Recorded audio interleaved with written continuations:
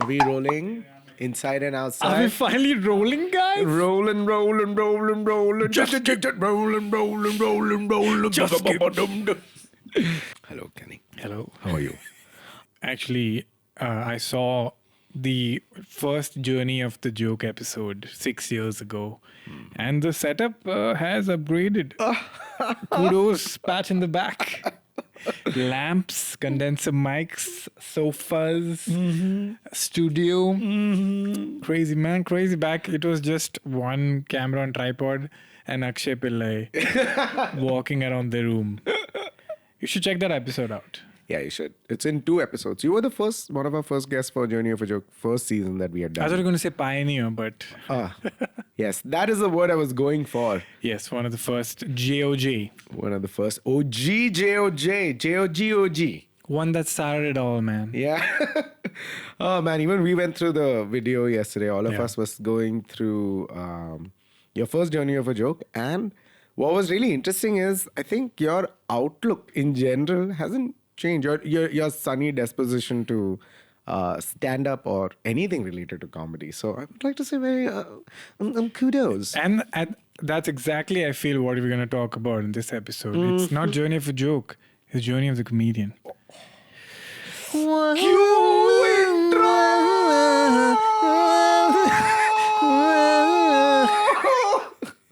No, but it is true though. I think I saw the episode. I was like, I still write jokes like that. There's no change in that. But I think what after 6 years is just gonna, let's talk about the lifestyle of continuing to feel excited about comedy. I think that's the challenge. Is it, we did the first episode with your Journey of a Joke 6 years ago. And in that episode, of course, you could see the excitement. You come into the scene, you've put up stuff and you're really climbing up the ladder at that Yes. point in time. Of course, you weren't looking at it as a ladder, it's just excitement of it. Cut to now 6 years ago, when you look back at that very video of Journey of a Joke, could you tell me what is different in that Kenny Sebastian's outlook towards comedy and like today? So I was talking to Sumit Saurav last night, and he was telling me how he's having a new problem of feeling too content. And now that he's feeling content, he can't write any material anymore. And I was like, that's exactly how I felt 4 years ago. Because when we did that Journey of the Joke, I had my first viral video and the next ones were working and my older videos were paying off. And after that, I got to do an Amazon special. And then after that, I got to do a Netflix special. And then I got married. And I'm just like, if I could speak to that Kenny, I mean, I think he would be very, very happy for me. Yeah, because I literally got everything I could ever wish for and more. And I got herpes also. I'm kidding. But it's incredible. Like so many things have happened since. And I'm very lucky. Got very lucky, man. Yeah. Yeah. I mean, I think one of the things you said in the Journey of a Joke, the first one we did, I think was that I look at all my material like a one-man sketch. Yeah. And it's very true then and it's very true till today because I think one of the recent videos you had put up, Best and Worst Memories for it's all- Archery, that all last sketches. bit is like a fully played out sketch. What a great show this will be. It's about a girl who likes a boy and they're doing archery. And this is one guy who tries to get Sharmila's attention all the time, but he's like, Sharmila, he just keeps getting stabbed. But no one, camera never pans to him only, he's just getting stabbed. Such a cool show it'll be. Very nice. In the end, the alpha guy will come. And then the guy will feel jealous. The alpha guy is showing attention to Sharmish. Alpha guy doesn't even look. Shoots like this. He shoots and then like this. Like he takes logs and throws like that. Sharmicha's not impressed though. She's like, whatever. But this guy's like, who's this girl? Oh, I'm getting impressed. So 2 of these guys are like trying to get your attention. Throwing arrows, they're throwing stuff at the wall. And she's like, no. Then they're like, what do you want? And then her dentist friend speaks on her behalf. Sharmishta would like a man who is beyond cute. If you were working at looking at how to make that into material, would you take that and then refine it and take it somewhere? No, I think best and worst memories came at a time where for 2 years I hadn't done stand up, and I missed the stage a lot. But at the same time, I changed a lot as a person, where I was like, stand up has to also make me happy now. Before, stand up was purely for the audience, and I saw it as a service. That's my duty to entertain the audience, and that's all my job is. And now it's only coming from a place of being grateful. Like, I'm very satisfied. I don't need to go back to stand up anymore because I'm very content. So now I'm like, if I'm going back, it should make me also happy, or I'll just do something else. So then I was like, what is something I really enjoy? And that's taking people's really strong memories and making a sketch out of it. And I wanted to challenge myself. I just didn't want to take the best happy memories. I want to take your worst memory as a challenge and make you laugh on that. And it also came from some catharsis of been through a lot of bad breakups, and I'm fine now. But at that moment, it felt impossible. And Abish has seen me go through some terrible ones. Poor Abish. So I was like, I want that feeling to be shared. So it was not with the intention of finding material at all. It was just, I'm going to go on stage. I'll have the max fun with the audience. Audience also knows this is not prepared. And the person who's like seeing me convert the memory into a joke, it's like, whoa, I've never seen this anywhere else. So it was just that. It was supposed to contain in that vacuum and not be revisited. On the same episode, you mentioned about how you like creating something for the audience to keep them excited, right? I think that's what I think today I want to talk to you about a little bit more about your body of work. If I You have can talk to about my body also. I don't mind. His body is his work. Talk about my body, bro. It's got lots of setup, lots of potential. Just doesn't have Don't the edit this perfect- out. No. Don't you dare. Kenny, you have done a crowd work original music video series called Kenny Sing For Me. You've done a panel podcast show Award called winning. Brown Kids back in the day. Another award winning show. A TV sketch show for Comedy Central called The Living Room. Nobody saw that. A sci-fi comedy web series called Star Boys. People are seeing that now. They didn't see it when it came out. And I hate you guys for that. It's become a cult classic in Bangalore. They're like, why are you not doing Star Boys season 2? I think you didn't watch it when it came out, when it mattered. So, yeah, but Star Boys, that did well, actually. That did well. Then you did a show called Alt Mic, which we both were curating with Sudeep from Cuckoo Club, where it was like a place for anyone to do alternative material. That would be a good... Alt basically, it's a very wide umbrella term, but Biswa once came and did his stand-up set, but just as a character. But that was good enough to add something more than just like doing. That's because Biswa doesn't listen to anybody. That's not because he did all that. You did an animated short series called Kennyisms. Yeah. You did a crowd work. Didn't work. You did a crowd work show, which is more than just a crowd work show. It was like a concept show called Chai Time, where Yes, you did that a did lot really of well. That did really well. And when I first started it, a lot of people said, don't do it, wouldn't work. You were the only one, Abish, who supported that idea. And I'm not making this up. Some of my closest comic friends said, don't do it. Sounds like a cheap version of stand-up, blah, blah, blah. And you said, I think if you seem excited about it, don't explain it to anybody, just do it. And it's one of the best projects I've done from the audience's perspective also. Yeah. Yeah. It was a very interesting process to have seen you work the material literally an hour before by saying that today I'm going to talk about these things. So you just go procure things and kind of depend on your material. I mean, your improv to come up with as much material as possible. Then you did a travel show and a live music gig, which we did together called Please Vivid. A+ Grade, best man in the world. Made a lot of money from it, man. Yeah, I think we've had like that, 800 people watching in like a closed venue and like them laughing and them exploding. That Oh, kind you're of like talking a about vibe. not Breeze Vivid, the show. The travel show. show. No, I'm talking about the live. Yeah. The travel show is, of course, a part of it as well. But like that live having to the songs that I wrote, the songs that you wrote, we kind of figured a good improv thing towards the end of like 25 shows with Nigel in it. So I That think is a vibe, dude. That show was a vibe. People were like, they had drinks with them, they were standing. It's like a music festival, but we were doing comedy. It was really nice. Exactly. Yeah. And then you also went ahead and did a comic strip called Ken and Chip Yeah, for 3 years. for 3 years. Every Sunday. Oh, okay. Every Sunday for 3 years, man. Wow. Yeah, some people's relationships have not been that consistent. Every day with Bhagya Babu, she's an illustrator from Kerala, and I think we stopped it. Technically, we stopped it, and now she's doing her own thing. It's really cool to see her career also. You know, she's being discovered now, so it's nice. Then, I'm just saying, I touch a lot of people's lives. Yeah. That's what I'm trying to say. then you did a podcast series. Now you're doing a podcast series called Simple Ken, which Number is one podcast in the world. with a log line for this is it's an audio recording of me talking for a long time. Yeah, because I hate the word podcast, and there's a lot of taboo. Thing is, when I started, most people don't do it. Like I'm not saying I was the only one who did it, but I put my special on YouTube long ago, and everyone thought I was crazy. Then people started putting clips.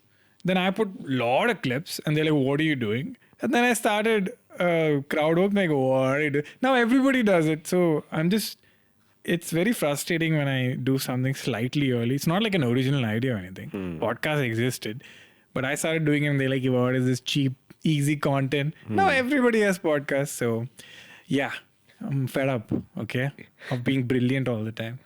But nobody has. Simple Ken is my most favorite project. So far. I'm never going to stop it. Okay. Tell me a little bit about about Simple Ken, right? Like, as a third person perspective, watching your comedy career, which is Yes. not just dedicated only to stand up, you've done so much, right? A different variety of it. Of course, whether it's the first or the best, unfortunately, we always fall into this category of who did it first or who's doing it best. But It's not even that. It's just that I got a lot of flack for doing something different. yeah, but you continue doing it. So Yeah. my question is, it doesn't seem like you did it to prove a point as much as the healthier way for you would have been like, oh, I don't care what you're saying. I enjoy Yeah. doing this. But I really was like, man, this podcasting seems so cool. And I just wanted to explore that. It was not...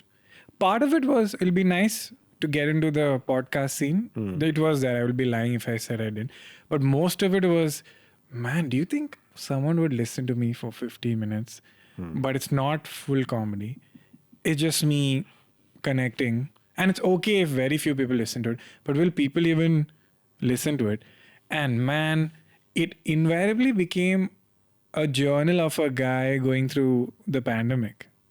Like it's literally that. Like I started on Feb 2020, and then I did 6 episodes pre-pandemic, and then the pandemic happened. I started doing Simple Ken at home, and you could see my thought process of how I'm dealing with the pandemic as a comic. And then I came out of it, and I got married. So it's like a journal of my life. Accidentally it happened. I love it, dude. Like it's the only project I do where I have to stop myself from being, oh, is this entertaining? Is this popcorn type edit? Have I removed anything that's even remotely slow? But the opposite happened, where the more vulnerable and the more slow I was, and I stuck to it. A lot of people told me, it's too slow. You can remove some parts. Like, no, I kept the parts that have some meaning. Maybe it's not funny or entertaining. Yeah. But people really like it. I have a great audience now. do you find there's a difference between your stand-up audience, your Simple Ken audience, a Chai Time audience, or are you seeing the same people go with you in all the journey? Never have I seen such a difference. Chai Time was still a stand-up audience.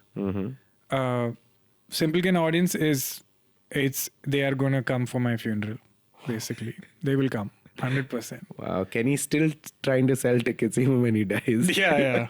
I'll be very upset if a lot of people don't come for my funeral. Do you want It has to be a big deal. We'll organize it.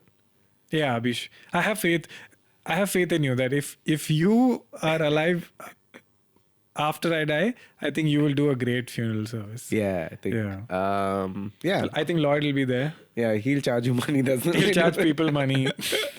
This is a moment I want to take and also tell the reason we're doing this episode about body of work in general is you have a end-to-end execution capability and skill set, and that's how you do things. Like, for example, you think of an idea, whether it's a joke, whether it's a concept of like, hey, I want to do something in the podcast space, you do your own research, procure your own equipment, you record it, you edit it, you make thumbnails, and then you release it. Everything. Each episode. For all of the things. Correct me, other than the skills that you think somebody else might have better.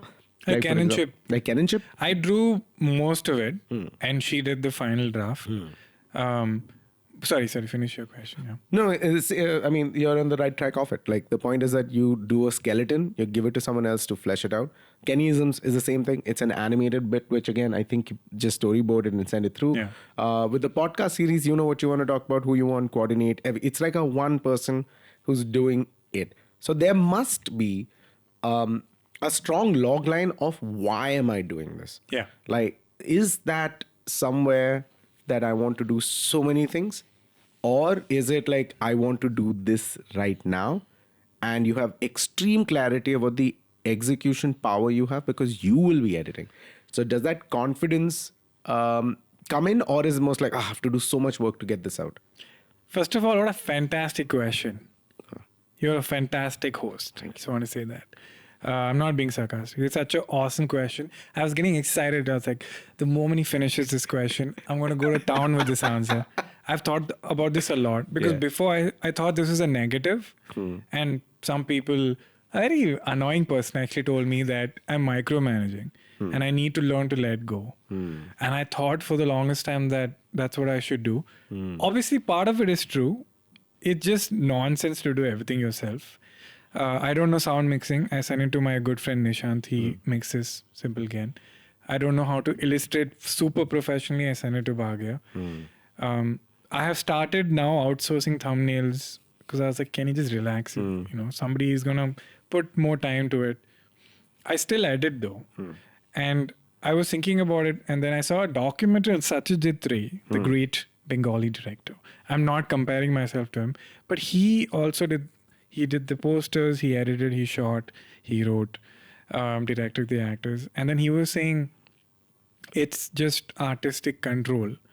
And it just comes from that. I think it's a frustration of, it's very hard to explain a creative idea on paper, you know? It's like the worst way. Like, I hate pitching to corporate clients. It's just the worst where you have to tell them, hey, I'm going to do this. Like, imagine if I had to pitch Simple Ken, for example, to Spotify or Google Podcasts. Or how do I explain this show?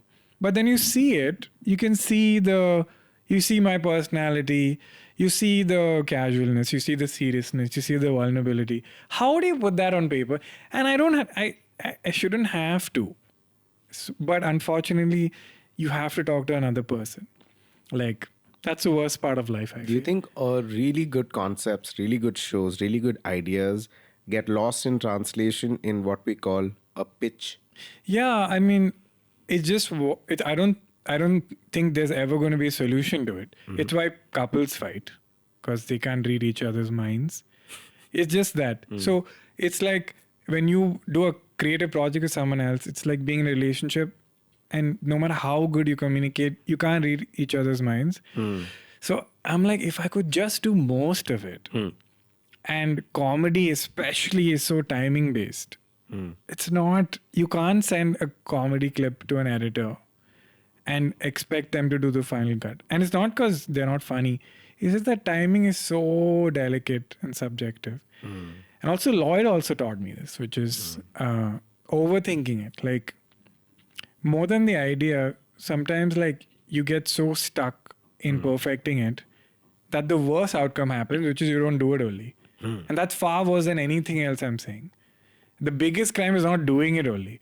So if I have to collaborate with 8 people and having a lot of roadblocks and having a lot of fights and budgets and delays, and then the project just, it comes out, but it is a painful process, then I'm like, that's bad. So if I know how to shoot, edit, record, light, I know that that's going to take me 20 minutes. I am at home. I just have to sit down and do it. And I think that's what I want to talk about in this episode. It's not even the structure. It's like, are you just going to do it like that? And are you going to do it consistently for the rest of your life? That should be the focus. So when you start thinking about that, then you start thinking about your mental health, start thinking about money, start thinking about life. You start thinking about why you're doing what you're doing. Right. Because then you start making decisions very differently. I have a slight bit of an insight on this as a question. Are you saying that the time that you spend creating something, if it is joyful, then you are not concerned or worried about the finality of the product? Yeah. You know, that superposition it exists on, whether it's good, bad, ugly, in many spectrums of what will it be. But if you enjoy the process of it, Yeah. and like including, like you said, lighting, checking the audio. I'm not very good at audio mixing, so I'll give it to Nishant. But editing, so that I really know it. It might take 3 weeks, but I don't have a deadline. Is it? Would you say that the process No, it is doesn't more take important? 3 weeks. That's the thing. If it took 3 weeks, then I wouldn't do it. That's why I sent it to Nishant. When I was young, I really want to make films. And then I saw how they make films. And I'm like, I never want to make films. If that's how you do it, where you write a script for 1 year and you hate yourself, then you read it out to somebody and they give you rewrites and they don't understand your script. Then you find a director who butchers what you want to do, or you direct it. Then you beg the producer, and then you get an actor you're not happy with, and then you edit it and you don't have budget and the color looks weird and the camera you wanted is not there, the location you don't have. Then finally, after 2-3 years of this bullshit, you release a video and the audience is like, it's not that good, man. Marvel movies are better. You're like, you know what? Fuck off, all of you. If that's the process, Yeah. I don't want to make movies. So if I could ideally shoot it myself, have actors who are easy to work with and have access to the location, and I edit it myself, and then I send it to professionals to make it look pro, and then we could release it ASAP so that I could do the next movie. I think that's more important. Oh, that's like what I would say the theater culture would be, right? Like Yeah. the live theater culture is like you're all part of a theater company. You're rehearsing this play, and after that, you're going to go into the next play. Yeah. That kind of like That's why community stand-up work. is so awesome. That I can write a joke right now, go in the evening, do the show. And like Habitat, for example, will record the show also. So you can release it as a video as well. It's so wonderful that I think Lord is Enemy, Jose has a similar approach. That the least effort is put into making it. The moment you get excited about the idea, to it's out to share with your audience, the in-between time has to be minimum. And luckily, I think we're in a time where technology is so accessible and easy that the quality is going to be pretty decent. Like right now, you guys are recording on a condenser mic in a wonderful sound studio and a professional is going to mix it. But it's not like 200 times better than recording on an iPhone in a quiet room. It's not 200 times. It's like substantially better, but it's not like monumentally better. So if you put a little more effort and you shoot on an iPhone and then you get a professional to mix it a little bit, it's pretty close. And that's great as an artist. So I feel if you're an artist and you know how to do the production side, then you're unstoppable. Then only thing stopping you is your ideas. I see so many comedians who like have grand ideas and they never execute it, or the worst thing happens where self-doubt creeps in at stage 5. Yeah. I think that's what I want to also And I'm looking at you, ask Abish. I don't know. That's why I was like, I would much rather ask that. There is this sense, I don't know if I represent it, but for a couple of people as well, there's a sense of it's not good enough. And the longer it takes that time to create, whether it's a stand-up bit, whether it's a season of a show, just this episode, just the overthinking part of it. Yeah. Jose did mention that in another episode of Journey of a Joke, which is it's got to be the quickest way to get the idea out, right? Yeah. But in stand-up, isn't it inherently the opposite? Like when I'm surrounded by people, especially with comics and also in the same thing, I'm like, the word isn't perfect. There needs to be another. Isn't the art form of stand-up, or let's say, let the performance art of stand-up, about overthinking a bit till it's like, or is that an illusion that all of us have, taken part in, saying that, it's the struggle to get there, as opposed to, like you mentioned, the joy of being a one-man sketch, and then you see where it goes and I'll see where it goes. And it's just, is it a mindset thing, or am I reading it differently for stand-up? No, I'm not saying that you can't overthink, I'm just saying that if you look at the track record of those comedians who overthink a lot, I don't think they're having a very pleasant experience with stand-up. They're struggling with it. There's a lot of conflict. There's a lot of hate, self-criticalness. And I can see it eating them up. I mean, I know a few comics personally who do this and they come up with some great material. But man, it seems like they're going through torture. Yeah. Right? Yeah. And I'm not saying that's not right or wrong. I'm just saying that's not the path I want. Again, I come from a painting background. I've seen the consequence of this approach. The artist stops creating. Could you put it succinctly, this approach, the issue, and what you... The perfectionist and I won't do money for art for money. These are the two prevalent approaches. It has to be perfect or it shouldn't be out, or I won't sell out. What tends to happen is the perfectionist stops making art at some point, and the person who's not doing it for money stops doing it because they are broke. And they just leave the industry because they were not making money. So I'm like, isn't that a massive contradiction to your approach? You were doing it for the art, but you have inherently stopped making art. Like, why am I perfectionist? Because I care about the art. But you mind-fucked yourself so much that you stopped writing comedy. Because you're like, it's not good enough. It's not good enough. So I'm like, no, man. Like, the audience wants to see. And I read they did a experiment where they got two sets of photographers. One photographer team were asked to do 40 photographs and another were asked to do 5 amazing photographs. Okay. And the outcome is the same. The 40 photographers have to give 5 out of the 40. Yeah. And the other 5, the other team obviously just going to do 5. Turns out the 40 photographers had better 5 photographs than the people who just stressed on the 5. And I fully believe this. Like, you can't get better if you're not doing a fuck ton of work. And it's just like a muscle. Human beings are just built that way. I disagree that someone's like born talented. They're like, there's a 6-year-old who can play the piano like Beethoven. Like, yeah, because she put 40,000 hours since she was 3 years old or something. She didn't just get up and start playing. She played. Parents were impressed. They made her play more. And instead of going out to play in the ground, she's playing the piano. So by the time she's 6, she's had 4 years of continuous practice. So I really believe that just don't be a perfectionist, and it's okay to make some money because you have to pay rent. And if you're broke artist, again, I saw this in art school. The purist and the broke artist, they hate art now. They're like, it's taken so much from me. They become bitter about it. Yeah. It doesn't have to be such a torturous thing. Yeah. I think that's one thing that I think I'm also trying to figure. It's that in the aim of making something good, again, that's your own perspective, good. In the aim of pleasing the back of the room, Yeah. for comedy or for that matter, like for filmmakers or for screenplay writers, there is a back of the room that exists in even in music. I'm guessing there would be, right? There will be people who are playing to like, this musician should really like my work. So that's across all genres of it.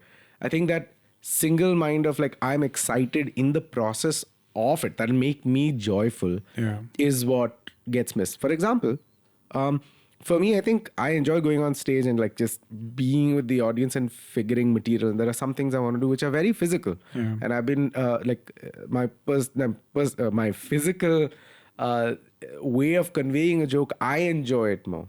But somewhere in the middle, kind of being like, hey, but where is that nicely worded joke, like which has that potential and is like, oh, so good, which everyone in the back of the room should be like, whoa, what a great line. In my attempt to get to the, oh my God, what a great line, I think I only stressed on trying to get that, and the joy of what I wanted to do, the process of that criticism crept in. And then I kind of like stopped doing it as much. Now, recently when I started going back on stage, it's because I took such a long break, it shouldn't have been.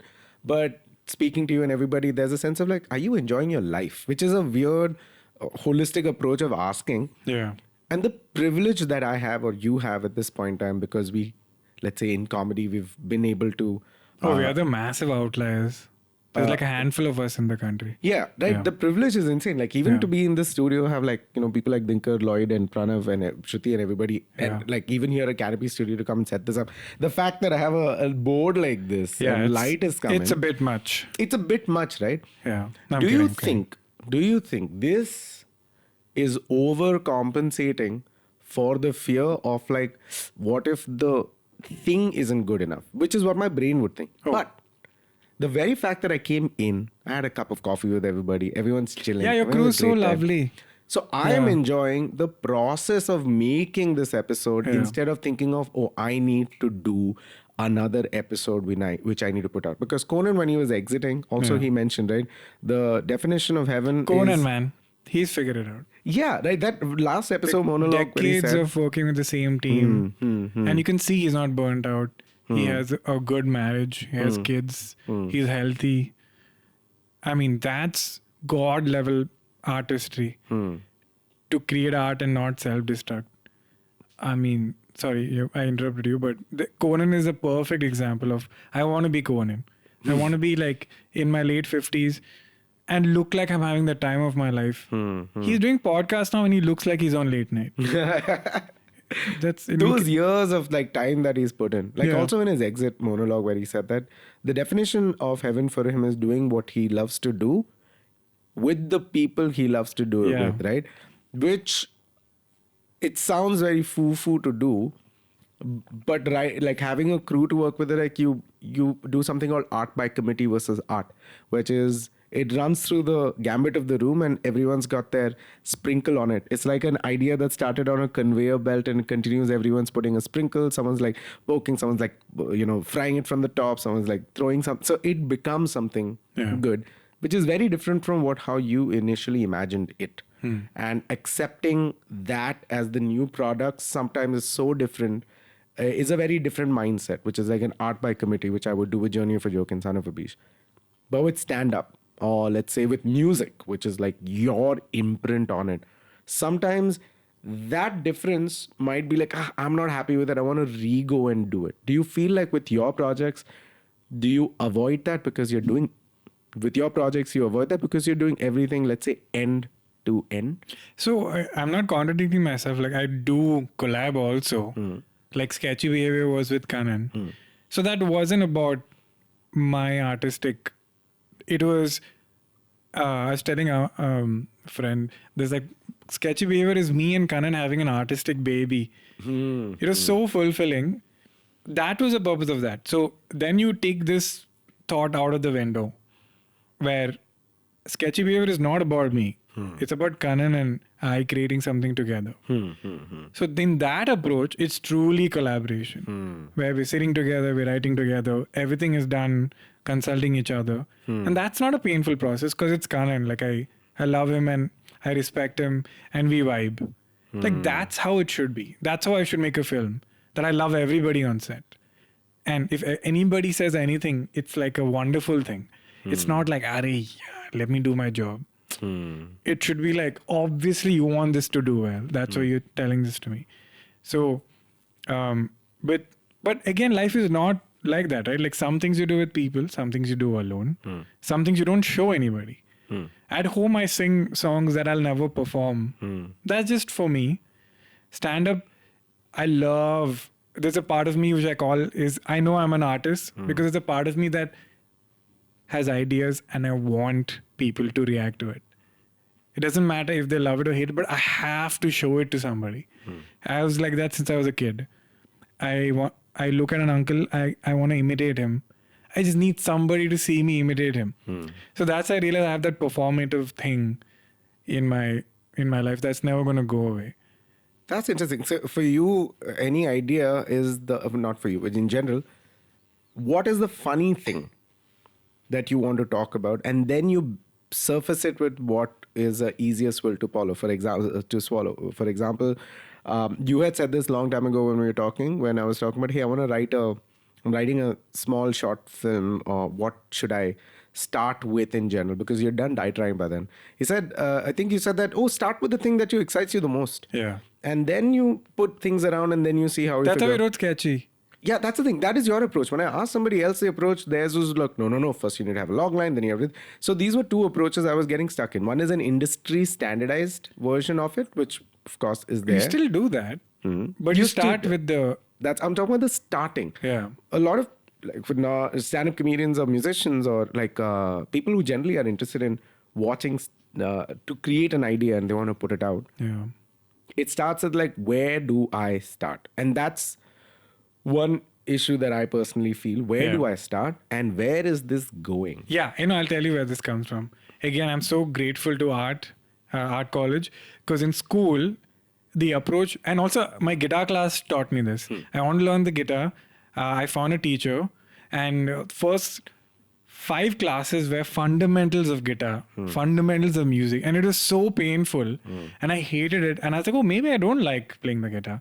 Then I found another guitar teacher who was in a band, and he used to open every class by playing like a sick lead, okay? And we're like, whoa. He's like, you want to learn that? So, okay. What's your favorite song? And I was like, my favorite song is this. Okay, I'll teach you how to play your favorite song. I'm like, what? In the first class? He's like, yeah. Because that's what's excited you about playing the guitar. We start with that, and then I'll reverse engineer the fundamentals. And that is eye-opening to me, because school doesn't do that. You want to learn coding? Here are the basics of coding. But if you go online, they'll be like, how to code a Pac-Man game. So you're like, oh, I love Pac-Man. So then it starts with what's exciting, and it reverse engineers.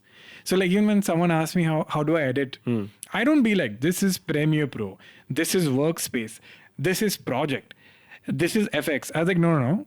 I'll show you to edit. Let's edit a 30-second video about you farting or something. So we shoot the farting video. And as I'm showing how to edit, I'm like, by the way, I put this in the project bin. By the way, this is called timeline. But fuck it, we're trying to edit the farting video. That's how you should teach people. You start, because you don't need to know everything. I do most of the podcast setup myself. I don't know how condenser mics are constructed, or what's the low gain filter, and what's the ideal angle at which you don't get echo. I'm like, I don't think I need to do that for voice. Maybe if I was recording drums, it matters. So that's why when you write a film or a sketch show, I don't need to know the history of sketch writing or filmmaking. I could just be like, why did I want to make a film? I really want to see an action sequence of a bike exploding. So write that scene first. Be like, obviously, whose bike is it? The protagonist. Who is he running away from? The villain. Okay, why would he be running away from a villain? Maybe the villain also has a badass bike. So you reverse engineer, but you do have to write the structure. But it doesn't have to start from... like the structure of it. So would you say it's like, do what excites you and collaborate on what doesn't for you? No. I mean, even the collab can be fun. Like, for example, Nishant, who does the sound mixing, it's something I don't understand, but he gets me excited about it. Like, I shot a vlog and I sent it to him for mixing, and he sends it back to me. He's like, tell me if you can figure out what I've added. So it became like this game for me. And then he had added sounds of like rain, of birds. And I was like, oh man, that is such a good idea. He's like, yeah, I knew you would like it. Like, he doesn't treat it like, this is the art of sound mixing, Kenny. This is beneath me to explain to you what I've done. Be happy with this. Like, he made it like a fun thing for me. And he asked me, does it add to your video? I was like, yeah, it definitely adds. He's like, then he's also happy. Like, I want to work with people like that who don't make you feel small. They work with the DP, and the DP is like, this is a frame. And you're like, why have you done this frame? He's like, it's composition. Let me do my job. But the DP is like, see, if I tilt it and I do this, do you notice how the feel of the scene is different? You're like, yeah, man, that's true. It's like, I'll show you something cool. And he does something else. Like, that's the kind of people you should work with, because they're in it because it excites them. So collaboration then is also not collabing with things you're not into. Then you're like, man, I wish I was a DP so I could truly enjoy this. Ken, I just want to get to your ideas to execution, process, flow, timeline of it. Let's say most of your ideas, every time I've traveled with you and I've traveled with you extensively, as soon as, if you're on a train or a flight or something, you think of something, you open up your phone and you start clickety clack clacks. And from what I can say is that when he thinks of an idea, he goes into the phone, he's lost for 30 minutes. As opposed to what I used to do is like, oh, it's a great idea, I'll write a tagline and I'll work on it later. And that excitement of a new idea, I think I'll be able to regenerate when I do my work. But what I've seen you do is that, and you just go into that bit. Could you tell me if you also like think of an idea and like, I'll work on it later? Or do you see where do you stop? Like when you start, where do you stop? Like take your hands off your phone. Man, this is the one part I'm working on. Like, I wish I could sit down and write. It really doesn't happen. Maybe one day I will. Like, never say never. But when these fleeting moments of inspiration happen, I just try to be in it for as long as I can. And you had brought this up. Like, Instagram Reels was a great thing for me during COVID. Where I was feeling very frustrated that I had a lot of these comic ideas and I don't have the stage anymore. So I used to get an idea, and my goal was, by the time I get up, I have shot and edited it also. So I used to get an idea, I used to sit down and I used to write the whole script. And then I used to go and shoot it immediately in that same excitement. And the same excitement in an hour, I used to edit it. So all the reels you see on Instagram was shot on the same day. So I got the idea at 2 p.m. I shot it by 3 p.m., edited by 4, and it's out by 5 or 6. And it's so cool, because I know how to shoot, I know how to edit. So by the time it's such a awesome feeling to have an idea and see it ready. Because, and one rule I had kept for myself, that I'll shoot it on my phone. Don't get your DSLR out. Don't get your lights out. Don't stop. Don't make it so complicated that you get tired setting up. So it's like excitement is a fuel to keep you going from an idea. Because if you're going from, I have an idea, to writing it and to shooting it and to editing it, the only thing now is to upload. Yeah. Technically, there is no hindrance in your process, like you were mentioning earlier, from thinking of an idea to putting it out there, as far as Instagram Reel is concerned. Yeah. So as a specific question is, let's say you get an idea, you open up Apple Notes, Evernote, Google Docs. Evernote. You first open up Evernote, you write a title, and you start writing bullet points of thoughts, or do you just start free writing? What do you end up doing? So there's a video called Gossiping, Rules of Gossiping. Lessons in gossiping. So you want to gossip but you're not good at it? First rule, talk in absolutes. You heard Jagdish broke up again. I hope he's okay. Wrong. Hey, you heard Jagdish broke up again. He always does this. Correct. Rule 2, assume the reason always. Hey, Tina left the WhatsApp group yesterday. I wonder why. Hey, you know the reason. Assume. Hey, Tina left the WhatsApp group yesterday. She's always insecure when you don't invite her to things. Hey, rule 1. She always does this. Rule 3. Have a fake witness. People are too lazy to cross-check. Hey, have you noticed Raji's socks smell like spoiled pav bhaji? Wrong. Hey, Raji's socks smell like spoiled pav bhaji, no? Tina and Jagdish told me. He always. For more lessons, give me your credit card details. He always does this. And it could have easily been a stand-up bit. But I was like, wait, if it's not a stand-up bit, it's actually a good thing. Because I can act and I can edit. And stand-up doesn't let you do passage of time. Right? Stand-up, everything's present.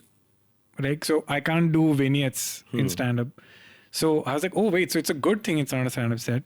So like gossiping, what's a fun format? I was like, I want it to be high energy and popping out from everywhere. So like, let's do a mathematical joke where, like Harold, no? Where premise A becomes A2, becomes A3, becomes A4. So I started writing that. I'm like, oh, I can do this. And it's like a very written joke. Like, this was this escalation, now this double escalation, now this triple escalation. You brought up Neha in the beginning, bring her back in the end. So like all of that I could do nicely. Then I quickly, let's shoot it. I wore a black shirt, put one light in my living room, started shooting it. Then it became 4:30. I was like, oh shit, I need to edit this soon. I edited it. By 6 it was out. So it went from Evernote to escalation to shooting with my iPhone and the light. to editing in Premiere, and it's out on Instagram by 6. I thought it was amazing for me creatively. And you feel on that day, like you feel good on that day. I feel great, yeah. You feel great on that day, right? Because I had an idea and I could make it real, and the audience get to see it immediately. It's fucking awesome, dude. You are not overthinking nothing, which Yeah. is fantastic. Yeah, because it's out on phone. I'm like, it's not going to be a masterpiece.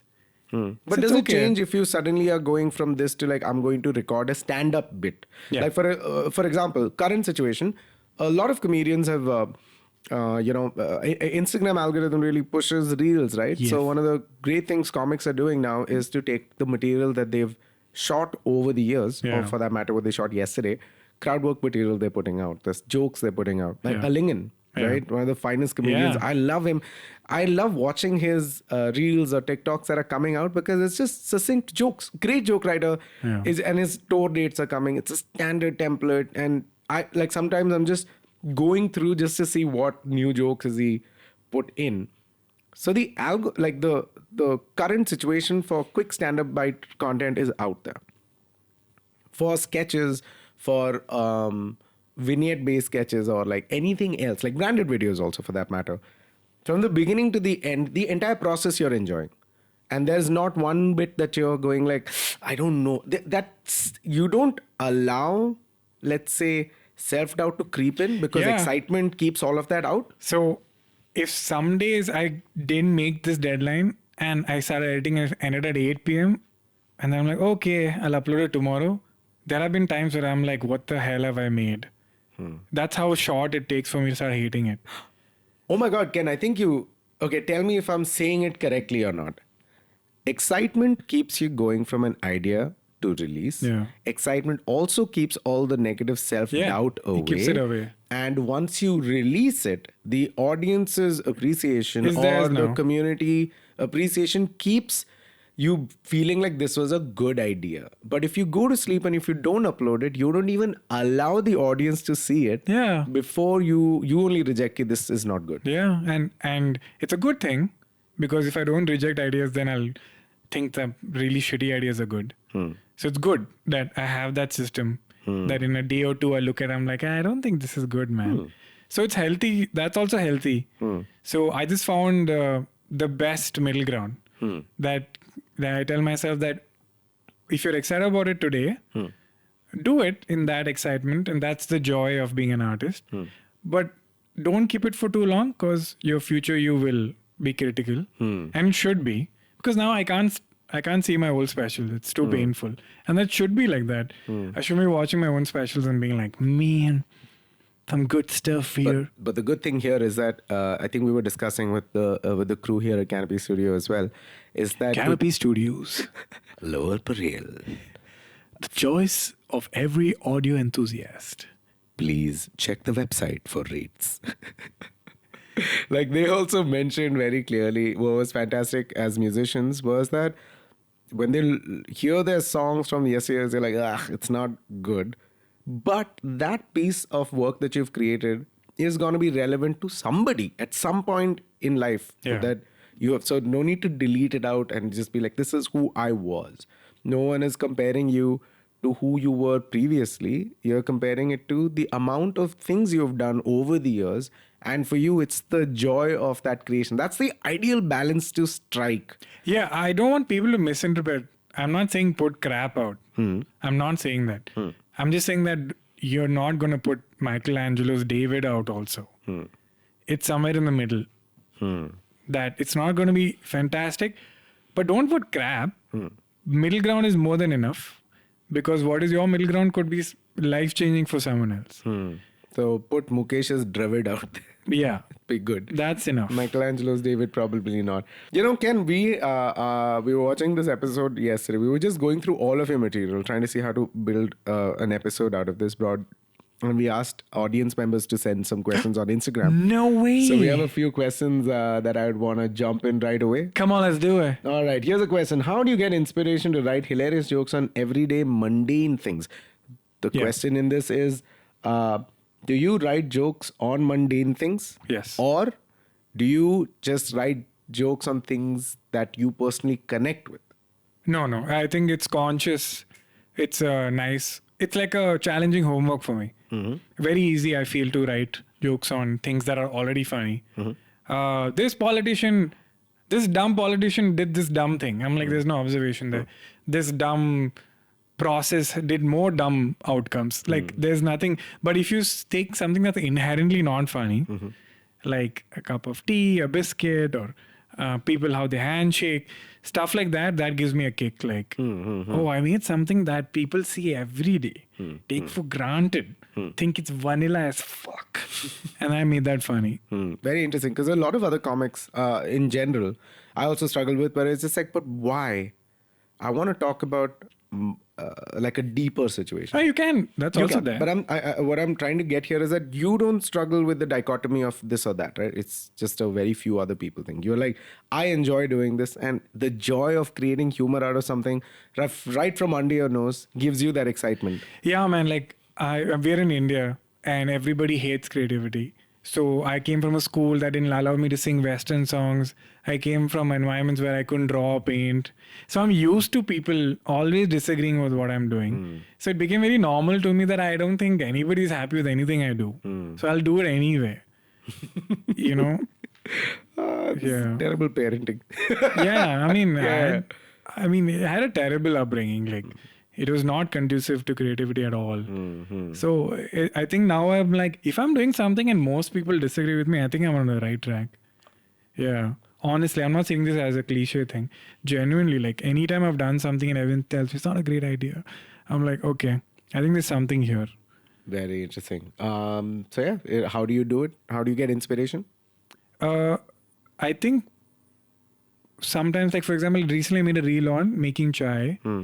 And I couldn't find my strainer. And I remember I'd moved into a new house and I was excited, I was making chai. And to my horror, I realized there's no strainer. And then when I moved to New York, I was making chai. And to my horror, I realized there's no strainer. And I was like, oh my God, I should make something about. And then I also love watching cooking videos. So I was like, let me do a parody on cooking videos. Understood. But it's a love story of me and my strainer. So it's a nice flip. And I love shooting aesthetic stuff. So it's like a beautiful marriage. It was a lot of fun. I was in my kitchen for an hour, aesthetically, like framing shots, doing slow-mo, having Cell phone? fun. On Oh, cell yes. phone. Okay, good. Fully So the film. rule didn't break. Didn't break. And you enjoyed taking those shots as well. It was super. I love taking shots. Nice. So. Got it. So it ticked so many boxes. And I put my favorite song. I was singing Joji's Glimpse of Me for that past week on the guitar at home. I was like, man, I just want to use this song somewhere. And then this marriage happened. Okay, does other writing jobs like content writing or for marketing agencies affect your writing as a comic? No, it makes me better. Yeah? Because they come with constraints. So it's like the same constraint of I want to write something about very mundane. So a corporate will come to me, be like, can you promote this product? But don't talk about any of this. Don't make fun of the product. Only mention this. And I'm like, you're insane, but I like it. Yeah. It's a challenge. I'm up for it. Yeah. Like Colgate came to us and said, can you promote this electric toothbrush? And I said, please let me make fun of you. And they were like, I don't know. It's like, please, if you just give me that, I will somehow make this work. But this, I can't escape this. This is an out and out buy Colgate electric toothbrush. Yeah. But I think I'll make that work also. And it was so cathartic and fulfilling when the ad came out and the audience loved it and the client loved it. So it actually makes me, like, if I can do that, I can do anything. Like to sell a product with so many constraints, stand-up becomes a walk in the park because nobody tells you what you can't do, except the government. I was like, you want to take it? I took it. Glad you took it. Because for me... Yeah. Okay, that's a very interesting approach to it also. It's just like, I have an idea. I want to do it this way. Please allow me to do it. For me, I just want that one leeway. Yeah, Let me make fun of I it. get personally a little like, I have to write a script, get it approved, you have to do it. Even though there's like a full, like these guys are doing most of it, but I'm just like, for no reason. That's just it's a good refresher for me also to be like, just enjoy making But it. I say no to a lot of brands because when you hear it only, you know, this is so insane restrictions. But there are some I'm like, oh, there's potential here. Let's just try our luck and get the client to be on our side. And I tell them also, like, I wanted to do well. Why would I not why would I write something that's not going to do well? I want your product to do well. So please trust me. And Colgate was great. They let us do it, and then they were very happy with it. All right. So those are the questions for Instagram that we've got. These were some good. Wow, they were not controversial at all. No, they're very sweet audience on our Son of Abish Instagram. Oh, actually, before I forget, are those the questions done? Yeah, those are done. I wanted to actually bring up something. That it's been 6 years since we did GOJ, and it's been quite a process for me. But nobody talks about the contribution of Abish Mathew to this scene. Oh. That's something I wanted to bring up. That you have actually done the other thing more. Like, rather than focusing on the structure and the art form of stand-up, you have been like an emotional support for so many comics. And I think you've been there for me and for other comics when I think they were at their breaking point, and you gave them that support and that push. Because you're like obviously a senior in the scene. So, you know, like the amount of writers that have gone through Son of Abish, they have had that schooling of how it is to be in a room, how it is to be in a positive writing environment. Many of them, unfortunately, also using it to get more work. But the badge of being a Son of Abish writer is very valuable. And I think a lot of comics also like for example, Zakir sees you as a person who's been a strong emotional support. I see you as that. So I feel like that contribution is far more than any structure or workshop or on comedy, that, you know, that you need fellow colleagues and comics to be supportive and non-toxic and encouraging. Like Chai Time, I'm not joking. I still remember that. All my really close friends, I think they were trying, it came from a good place, but they didn't realize that they were limiting me. And I remember this, like it was yesterday, I came to you and you said, if you like the idea and you're so confident about it, do it, no? And I was like, nobody told me that. And I'm surrounded by creative people. So this segment is for Abish Mathew. So if you can put some slow piano as I sing this whole thing with a small zoom in and a glow filter. And can you auto-tune the last part? Yeah.